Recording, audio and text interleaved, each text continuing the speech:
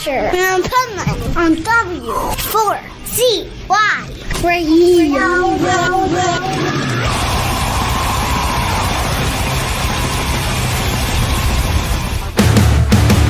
We're running hard tonight, and it feels so good. You're mine, here near midnight.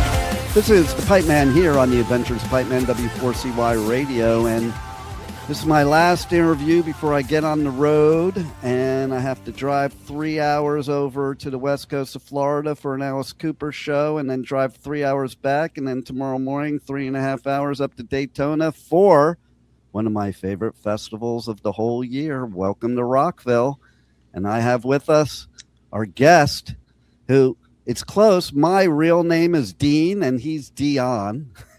Sometimes people call me that too because I don't know. It's an A. It shouldn't be Dion. Yeah, you and me both. I you know, at Starbucks or whatever all the time. You know, it's I go from Dion to Dean for right? You know, a lot of times. So it must. And I'm glad to hear it's a two-way street and it doesn't just happen to me. Yeah. See, like maybe we're doppelgangers or something. Yeah, there we go. Look alike. But yeah. Your band's badass, Anberlin, and you're going to be at Welcome to Rockville, which is even more badass. Have you played Welcome to Rockville before? I know you've played the other Danny Wimmer festivals, but have you played this one? We have not, which is funny just because, you know, we are a Florida band. We're just directly west across the coast, you know, on the Gulf and in the Tampa Bay area. So it's funny that we have not played Rockville yet. So we're pretty excited to, you know, make our debut this year. I think the most exciting thing is I don't even know if you know this yet, but you're going to be able to drive on the speedway to get to wherever you got to go. Well, that'll be fun. I've actually done that before. I grew up going to Turkey Rod Run over in Daytona because my family's big into hot rods. So nice. I was I've been able to get out there on the speedway, and because they do this photo op at the speedway where you can take your picture on, like, not on one of the banks obviously because like a 45-degree angle, but you know, like going into one of the turns, it says Daytona USA on the wall, so they let you park your car in front of that and take a picture and everything. So it's a pretty fun experience. I mean, it's an impressive track. I mean, and the history behind it and everything, you know, obviously is really cool. So you know, grown up just you know, with all this stuff car related and not watching NASCAR and things like that, it's always cool to make the trip over there. So it's even double cool that we get to play there this year. Well, you know, it's funny too because I do all the Danny Wimmer festivals. I do festivals all over the US, UK, and Europe, and I got excited this year because I'm actually going to be interviewing a NASCAR driver. Like, so that's new, that's different. Nice. You know, it's like my youngest daughter, she'll ask me a lot before festivals, like, are you excited? And I'm like, well, I don't know if excited's the word. I love doing it, but when you do it every weekend, I don't know if exciting's the appropriate word. But then there's moments like that. Yeah, I mean, that'll be different, you know, for sure. If you're used to, I'm sure, you know, if you're used to interviewing musicians and then going from that to, you know, the world of racing, which we got to hang out with a few guys that were affiliated with NASCAR last year on tour when we were up in Charlotte, since right down the road is like the home of NASCAR, you know? Right. And so one of our crew guys he's got a friend that he's the guy that basically he paints all the drivers' helmets. Nice. So he took us out to this like competitive go-kart track, and we were racing with a few of the Nextel, or not Nextel, what is it?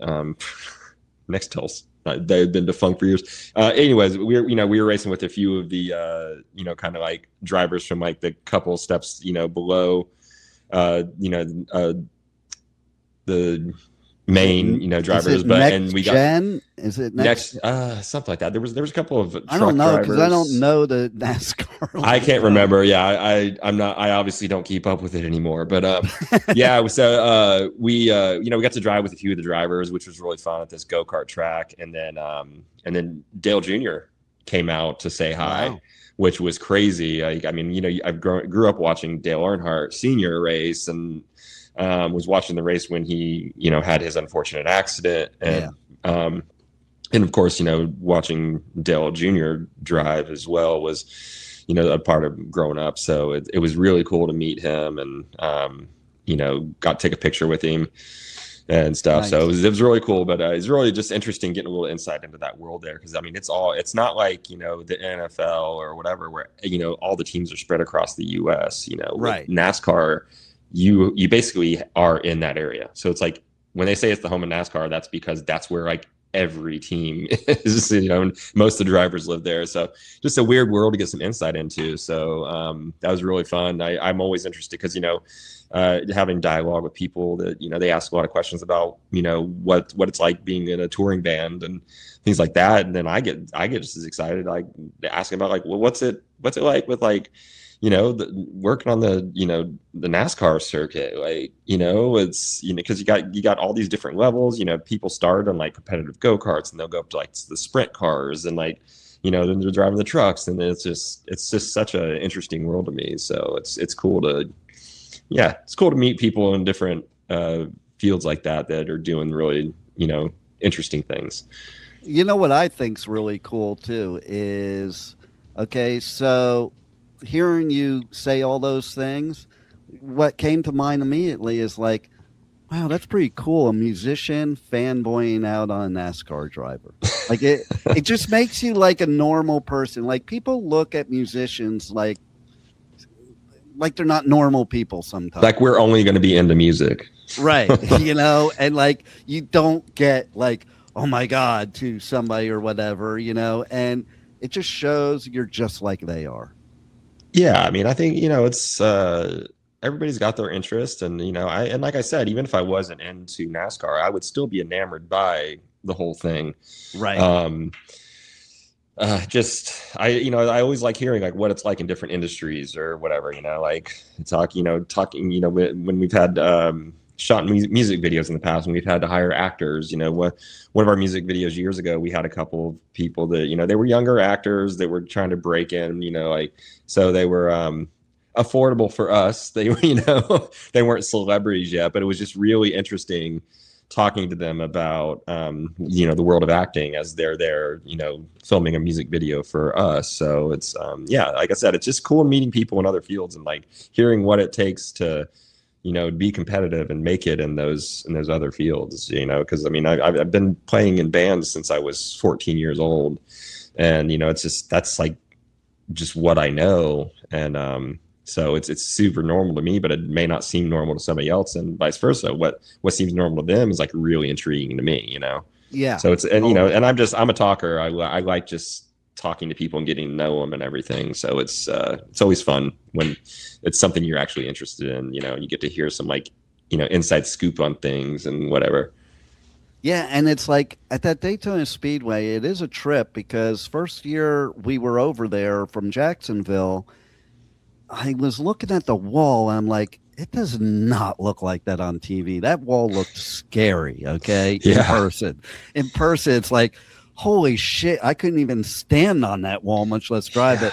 And then I joked around with Christine, who runs media at Rockville, and I because I live in South Florida, West Palm Beach area, so I drove my Jeep up, and I had my skateboard in the Jeep, and I'm like, hey, and I was just kidding, but I was like, hey, do you think I'd lose my media credential if I took my skateboard on the wall?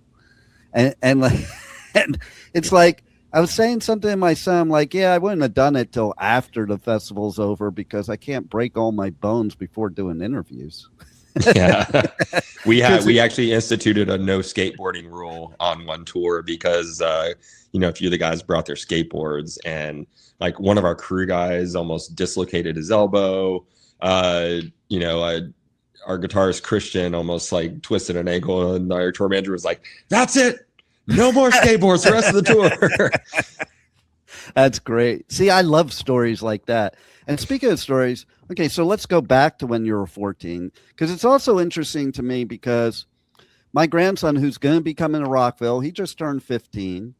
He is a musician, and he's following in my footsteps. Like, it's so funny. One day it was a kid. Next day it's like, what do you want for your birthday? Oh, I want a guitar. Okay, let's go. And I bought him a guitar. And then next time I see him, he's got a battle vest on.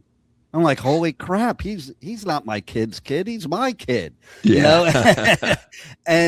But I asked him recently, I'm like, because he was trying to start a band, and I'm like, so how's it going with that? And he's like, I haven't really found the right people. Like, he's struggling to find the people to have a band with. So tell us about your story going way back when, how that happened.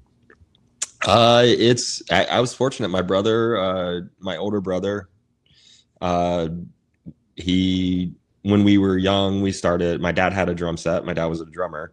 And for an end of year minor league baseball party one year, a couple of the dads got together, and there's one that played guitar and sang, one that played bass, and they knew my dad played drums. So my dad was like, "Oh, I'll just go pick up a secondhand drum kit, for the party."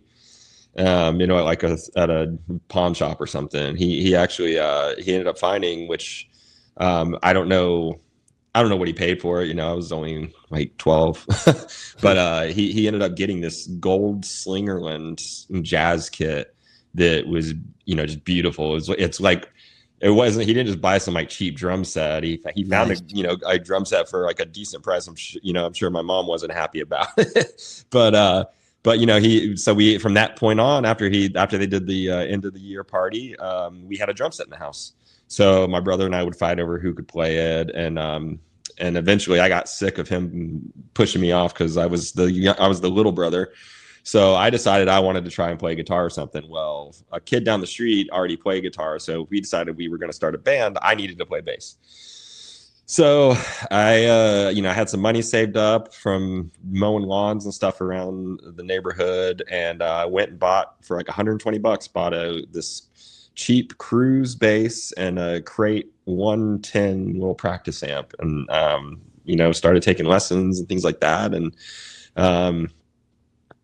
then the kid down the street that was a guitarist, he lost interest in music really quick. He wanted to play at golf and baseball, so around that time we're in high school, and about 14 years old, and my brother meets this guy named DJ at a summer school, and they start, they find out that they have the same interest in music, and they like a lot of the same bands. So, turns out DJ's a guitarist and can sing a little bit. So we just got together in one of our bedrooms one day, and, started trying to write some songs, and that became my first band. Played my first show when I was like 14 or 15, shortly after that. And it seemed like a massive show to me at the time. I think we advertised for like months for it, around our schools and everything. And, but there was maybe 50 people there, I'm sure. But, for a kid's first show, it seemed that like the place was slammed, and it was really cool. And I was just hooked after that. I just wanted to keep playing shows. That's all I wanted, just fast forward a few years later, you kind of cycling out with different musicians, that you find here and there, and, some guys can stick with it, some guys can't, and I finally ended up playing with Joey, who's our guitarist in Anberlin. He and I met at a comic shop one day. One of we had a mutual friend that ended up ditching us to go do drugs. So Joey's like, "Hey man, I live nearby. You want to run to my house real quick?" I'm like, "Sure." We walk into his bedroom, and he's not only got, he's got like all this punk rock and metal vinyl, sitting by his record player, and he's got a Epiphone Les Paul sitting by his bed. I'm like, "You play guitar?" He's like, "Yeah." I was like, "Do you know any effects songs?" Like, nice. The first band that brought to mind. He immediately started playing. I think it was like Sticking in My Eye or something like that, and just crazy, well, not a lot of kids when, at 15, 16 years old, not a lot of kids could, pull off no effects songs on guitar, let alone play the lead, play an El Jefe's lead. So it was really cool. We bonded really quickly. And at that time I was already I was playing in a couple of bands just with different people. And I was just starting to play in a band with a friend of mine named Steven, who later on became the singer of Anberlin, so it's just it took years, I think, a couple of years to find the right people. And, I was just fortunate that in my small town of Winter Haven, there were like-minded musicians who were into the same type of music. And, and we were able to start a band in high school, and then, you know, through playing over the years in like Lakeland and Tampa and St. Pete, we met who are now drummer Nate, you know, by playing with his band that he was in at the time with his brother. Nice. So yeah, it's just a weird journey. I was talking to some good friends of mine that live in Kansas City, and they have a 15-year-old son named River who he's been playing drums for a few years now, and he's at the point where he really wants to start a band. You know, he wants to be the next Taylor Hawkins. He idolizes Taylor Hawkins and the Foo Fighters, you know, and he's having the same issue. You know, he's just not finding the right group of kids that share his, you know, his interest in the same type of music, or that even want to, you know, that play instruments or want to be in a band. So you know, I was just trying to encourage him. Last time I talked to him about it, you know, it's like, just give it time, keep practicing. You're going to find the right guys, you know. Yeah. My viewpoint is like, I'm going to have my grandson listen to this, because all of that led to us having this talk about Welcome to Rockville. Yeah. So, you know, that's crazy. Every band goes through it. You go through people you want to play with, people you don't want to play with, people leave, people do things, you know, but I do have based on what happened with you, I have a trivia question for you. All right. Who is one of the greatest bassists ever that never wanted to be a bassist, was a guitar player, and basically drew the short straw and had to play bass? Me. No, I'm just kidding. It's funny because that is basically how I started playing bass, but I wouldn't consider myself the best bass player ever. That's why I asked the question, because of that. Geez. I don't think I know that one. I mean, I could think of a lot of people I would consider to be, you know, like great bass players. Like you know, obviously Geddy Lee from Rush is one of the greatest of all time, but I think he was always a bass player. Yes, he was. I don't know. You got me stumped. Who is it? Paul McCartney. Oh, that makes sense. Because all three of them played guitar, and now if you listen to the Beatles songs, you hear his bass. Because I always loved the Beatles, but I never really heard till I knew that the influence, because he plays it like a guitar. Yeah, he you know, yeah, it's the way he structures his bass lines. Or yeah, I mean, it makes sense really if you think about it. So that's interesting. I mean, I guess that should have been kind of obvious, you know. It's since he you know, obviously he's well versed in guitar. So right, but yeah, so that's cool to know. You know, it is funny. I think because I am a bit of I feel like an anomaly in the sense that I literally only know how to play bass. I know a little bit of guitar I've picked up over the years, you know, playing like some like bar chords and open chords and things like that, you know. But I started on the bass. I took lessons for the bass. You know, because there's so many bands that the bass player is a guitarist. There's just nobody in town that played bass. So somebody went, okay, I'll play bass. You know, exactly. So yeah, it's interesting. You know, I think a lot of times when I do meet people that are purely bass players, and that's the instrument that they started. Like Nick from Bayside is a guy like that. He and I share a lot in common in that respect. We're both just bass players. That's what we are. It's what we do. There it is, and you're needed. Yeah. People don't realize how much of a difference having bass in a song means. You know. Yeah, I mean, I think I have a friend who's a ripping guitar player. He's a really good blues player named Chris Walker.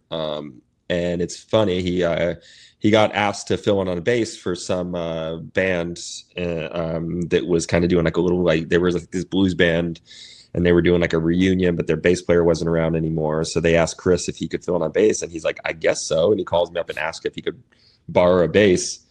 And so I lent him a Mustang bass to play. And after the gig, he was like, man, he's like, I almost wanted to start playing bass from here on out. He's like, that was so much fun. Wow, that's cool. I was like, I know. I was like, I enjoy it. You know, it may not be the most glamorous of instruments, but it's, you know, it's like you said, it's very much needed. And, you know, you can have a lot of fun playing bass. You really can. And I have for many years. There you go. Now, what else do you guys got going on after Rockville that people need to look out for? Tell people how also connect with you on socials, on the web, and all that. Oh man, we're about to get busy. So we play Rockville on the 7th. and then we come home for just a few days. And on the 13th, we head out to start a 4.5-week headline tour. Nice. We're kind of doing a celebration tour of our second album, Never Take Friendship Personal. We did the first leg last year. We're doing a second leg this year, but a lot of the cities, the areas that we didn't get to hit last year. So yeah, we're going to be we get a couple of days to rest between the two things, but we hit the road literally on the 13th, drive up, starting the tour in Destin, Florida, and then we just take it from there. So we're really excited to get back out on tour and rock out with some fans and hang out and say hi to everybody. Nice. Well, I'll have to tell my daughter, who's going to be at Rockville, to go to your set because she lives near Destin. Oh, so nice. Then maybe she'll show up to your show, because I don't even know if she knows you, your band yet. I'm sure she probably does, but maybe, who knows? So I'm going to tell her, yeah, you gotta go to the set and check it out. So maybe you'll want to go near you. And it's funny you mentioned about No Effects, because when I took my grandson to play buy that guitar, I didn't know he knew how to play a Ray, and we're at Guitar Center. He pulled the guitar down and started playing Green Day. I'm like, holy shit! How do you know how to do that? So there it is. Hey, that's a good sign. I love it, and I love that you're going to be at Rockville. It's going to be badass. And thank you for being on the Adventures of Pipeman. Absolutely, thank you for having me, and maybe we'll run into each other on Thursday or something.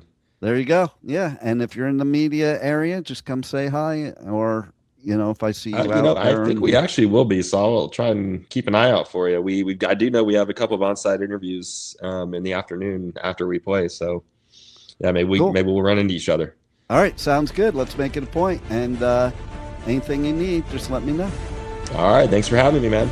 You got it. Thank you for listening to the Adventures of Pipeman on W4CY Radio.